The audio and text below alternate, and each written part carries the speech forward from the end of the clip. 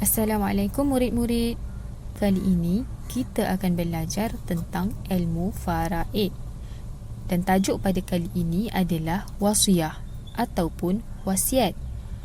Jadi, Ustazah harap murid-murid semua bersedia untuk pelajaran kali ini. Ustazah sangat yakin murid-murid semua mesti pernah dengar perkataan wasiat, kan? Wasiat ataupun wasiat berasal daripada perkataan wasaya. Apa pula wasaya ni, Ustazah? Dari segi bahasa, wasaya bermaksud memerintahkan, menasihatkan, menjanjikan. Okey, itu dari segi bahasa. Mari kita tengok pula dari segi istilah syarak. Wasiat dari segi istilah syarak bermaksud ikrar yang dibuat seseorang semasa hayatnya ke atas hartanya dengan maksud untuk disempurnakan kebajikan yang dibenarkan menurut hukum syarak selepas kematiannya. Secara mudahnya murid-murid, wasiat bermaksud suatu pemberian oleh si mati kepada pihak yang lain, sama ada benda, hutang ataupun manfaat untuk dimiliki oleh penerima wasiat seperti adik-beradik, saudara mara mahupun rakan-rakan. Dan pemberian wasiat tersebut adalah selepas kematian si mati. Okey, jelas murid-murid? Baiklah murid-murid, sekarang mari kita lihat dalil yang ada di dalam Al-Quran yang membicarakan tentang wasiat. أعوذ بالله من الشيطان الرجيم كتب عليكم إذا حضر أحدكم الموت إن ترك خيرا الوصية للوالدين والأقربين بالمعروف حقا على المتقين. Ayat 180 daripada surah Al-Baqarah ini bermaksud diwajibkan ke atas kamu apabila seorang kamu hampir mati, jika ia ada meninggalkan harta, hendaklah dia membuat wasiat untuk ibu bapa dan kaum kerabat dengan cara yang baik, iaitu menurut peraturan agama sebagai suatu kewajipan atas orang yang bertakwa. Dalam sebuah hadis yang diriwayatkan oleh Bukhari, Muslim dan lainnya daripada Sayyidina Abdullah bin Umar radhiyallahu anhu bahawa Rasulullah sallallahu alaihi wasallam bersabda, "Ma haqqum ri'in muslimin lahu syai'un yusi fihi yabitu lailataini illa wa wasiyatuhu maktubatun indahu." Hadis ini bermaksud tidaklah benar bagi seseorang Muslim yang masih bertahan hidup 2 malam, sedangkan ia mempunyai sesuatu yang hendak diwasiatkan, melainkan wasiatnya sudah tertulis di sisi kepalanya. Seterusnya kita akan lihat kepada hukum-hukum dalam berwasiat. Hukum-hukum dalam berwasiat ada 5 murid-murid, iaitu yang pertama, wajib, kedua sunat, ketiga harus, keempat makruh dan yang kelima haram.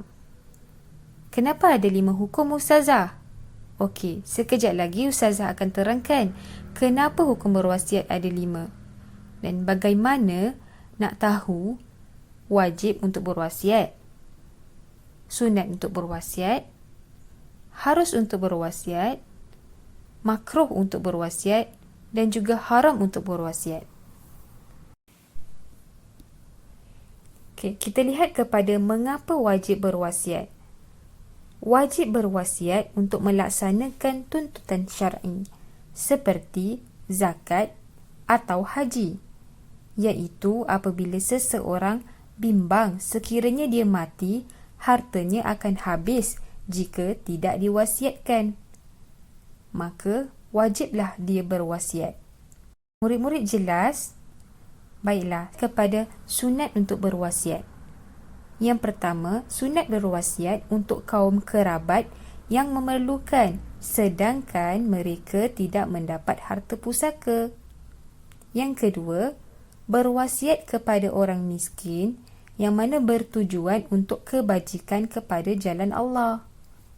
Faham murid-murid? Kita pergi kepada harus berwasiat. Harus berwasiat kepada sahabat handai atau orang kaya walaupun mereka bukan dari golongan yang berilmu dan juga beramal soleh. Okey, bagaimanakah makruh dalam berwasiat, Ustazah? Makruh dalam berwasiat adalah bagi orang yang tidak banyak harta dan mempunyai waris yang ramai yang memerlukan harta kerana dikhawatiri berlaku perebutan dan juga menyusahkan lagi mereka yang menerima wasiat tersebut. Yang terakhir sekali adalah haram berwasiat. Okey, macam mana haram dikatakan berwasiat? Berwasiat kepada perkara yang haram seperti berwasiat supaya disembelihkan binatang ternakan di atas kuburnya. Wasiat juga mempunyai rukun. Apakah rukun-rukun wasiat, Ustazah? Yang pertama, musi, iaitu orang yang berwasiat. Yang kedua, musi lahu, orang yang menerima wasiat. Yang ketiga, musi bihi, iaitu barang atau harta yang diwasiatkan. Yang keempat, sirah, iaitu ijab dan juga qabul. Ustazah, saya boleh berwasiat tak? Apa syarat orang yang berwasiat? Baiklah murid-murid, mereka yang berwasiat adalah dia mesti seorang yang pertama mukallaf. Apakah maksud mukallaf? Mukallaf adalah mereka yang boleh membezakan di antara yang baik dan juga yang buruk. Yang kedua, merdeka. Seseorang hamba tidak wajib dan tidak boleh untuk berwasiat. Yang ketiga adalah kemahuan sendiri. Seorang yang berwasiat mestilah rela hati dan sukarela untuk berwasiat tanpa paksaan mana-mana pihak. Yang keempat, bukan dari kalangan orang yang dilarang menguruskan harta. Seterusnya, orang yang tidak boleh membuat wasiat adalah mereka yang kanak-kanak, gila, hamba, dipaksa dan juga orang yang dilarang menguruskan harta. Murid-murid boleh tak membuat wasiat? Ustazah, saya boleh menerima wasiat tak?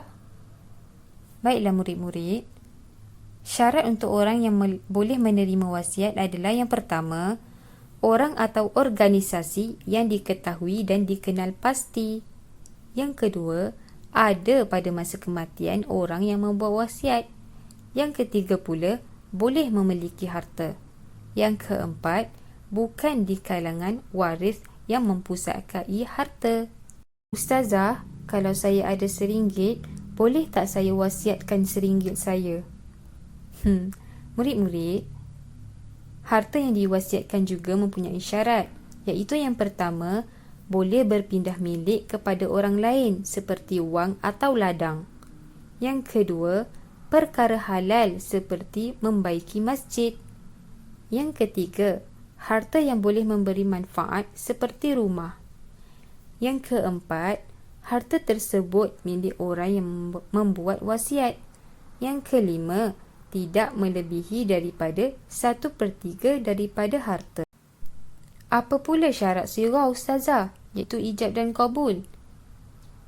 Syarat dan qabul yang pertama adalah secara terus terang, iaitu saya wasiatkan kepada kamu 1/3 harta saya selepas meninggal dunia.